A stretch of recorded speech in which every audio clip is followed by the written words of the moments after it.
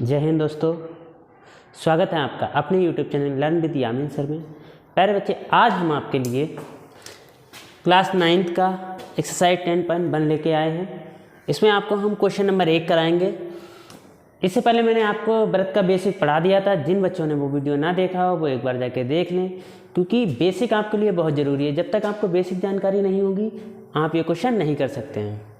देखिए, आते हैं बेटा क्वेश्चन नंबर अपने 1 पे। इसका पहला पॉइंट है, हमसे बोला गया है कि व्रत का केंद्र व्रत के में स्थित है, बहिर्भाग या अभ्यंतर। तो बेटा मैंने बेसिक में आपको पढ़ाया, यदि कोई व्रत है हमारा बना हुआ, उसके बीचा बीच में क्या होता है, व्रत का केंद्र होता है।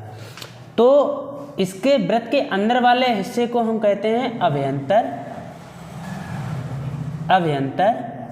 और जबकि व्रत के बाहर वाले हिस्से को हम कहते हैं बहिर्भाग। ठीक है। तो अब आप बताइए, व्रत का केंद्र व्रत के किस भाग में होगा, बहिर्भाग या अभ्यंतर? तो बेटा कौन से भाग में होगा, अभ्यंतर।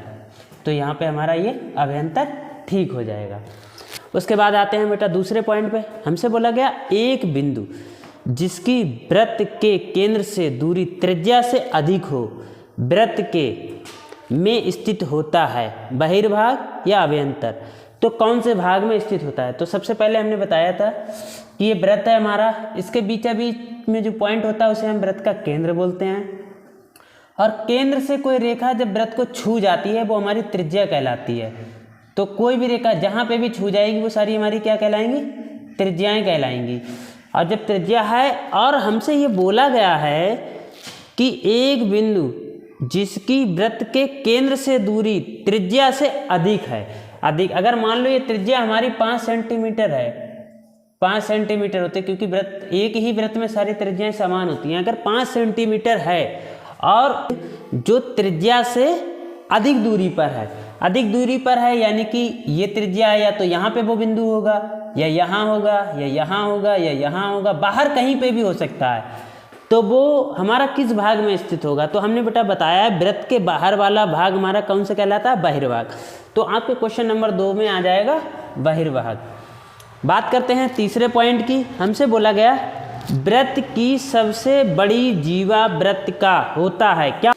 कोई भी अगर बेटा हमारा व्रत है और उसके केंद्र से कोई जीवा जाती है, उसके केंद्र से कोई रेखा जाती है और 2 जगह व्रत को छू ले, इसे जीवा भी बोलते हैं। पर जब केंद्र से होती हुई जाती है तो वो हमारा व्यास भी कहलाता है। तो हमसे बोला गया है व्रत की सबसे बड़ी जीवा व्रत का क्या कहलाती है, इसे हम बोलेंगे व्यास होता है। ठीक है, जो सबसे बड़ी जीवा होती है। जीवाएं हमने आपको बेसिक में पढ़ा दी थी पिछली वीडियो में, उसका लिंक आपको डिस्क्रिप्शन में दे दूंगा। देखो आते हैं हम अपने अगले क्वेश्चन पे। हमसे बोला गया है व्रत खंड एक चाप तथा के बीच का भाग होता है। तो देखो व्रत खंड क्या होता है बेटा, ये हमारा व्रत है, ठीक है। और हमने आपको पढ़ाया था कि इसकी एक ये जीवा है। तो ये व्रत के 2 खंड हो गए। तो ये जीवा और चाप, ये चाप हो गई, ये वाली जीवा, ये जीवा हो गई, और ये वाली चाप हो गई, और ये हो गई जीवा। तो जो व्रत खंड है हमारा वो एक जीवा और चाप के बीच का भाग होता है। तो देखो व्रत खंड एक चाप तथा जीवा के बीच का भाग होता है।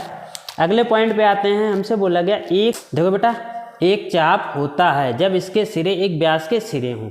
तो देखो जब हम यहाँ पे मान लो प्रकार और पेंसिल की सहायता से एक चाप ऐसे भरते हैं, ऐसे चाप लगाते हैं, और वो क्या करे, वो व्यास से होकर जाए। जो चाप है उसके दोनों सिरे क्या हों, एक व्यास के सिरे हों, क्योंकि व्यास जो है हमारा केंद्र से होते हुए जाता है, व्यास के सिरे हों। तो हमारा क्या बन जाता है, तो एक चाप अर्धवृत्त होता है जब इसके सिरे एक व्यास के सिरे हैं। देखो इसके सिरे, इस चाप जो हमारी चाप लगी है, इसके जो सिरे हैं दोनों साइडें हैं एक व्यास, क्योंकि ये रेखा हमारी केंद्र से होती हुई जी, इसे हम व्यास पढ़ते हैं। तो व्यास के सिरे हों तो हमारा क्या बन जाता है, अर्धवृत्त होता है वो। अर्धवृत्त। तो हमसे ये हमारा क्वेश्चन है, एक चाप अर्धवृत्त होता है जब इसके सिरे एक व्यास के सिरे हों। आते हैं बेटा अगले पॉइंट पे। हमसे बोला गया एक वृत्त जिस तल पर स्थित है, यहाँ पे तल होगा बेटा, किताब में गलत लिखा हुआ है। एक वृत्त जिस तल पर स्थित है उसे भागों में विभाजित करता है। एक मान लीजिए ये हमारा तल है, क्योंकि वृत्त हमारा 2D फिगर है, ये हमारा एक तल है, इसमें हमने कोई वृत्त बनाया, तो ये वृत्त को कितने भागों में विभाजित करता है, ठीक है, जिस तल पर स्थित है उसे कितने भागों में विभाजित करता है। तो देखो बेटा हमने आपको बताया इसके अंदर वाले वृत्त के अंदर वाले भाग को क्या कहते हैं, अभ्यंतर, अभ्यंतर, और जबकि वृत्त के बाहर वाले भाग को क्या कहते हैं, बहिर्भाग, बहिर्भाग। और तीसरा जी हमारा स्वयं एक क्या है, वृत्त है, वृत्त। तो कितने भागों में बांटा है इस तल को वृत्त ने, तो हमने देखा एक अंदर, एक बाहर और एक स्वयं वृत्त, 3 भागों में। तो यहाँ पे कितना आएगा, 3। ये आपका क्वेश्चन कंप्लीट हो गया, एक क्वेश्चन नंबर 1 आपका कंप्लीट हो गया है।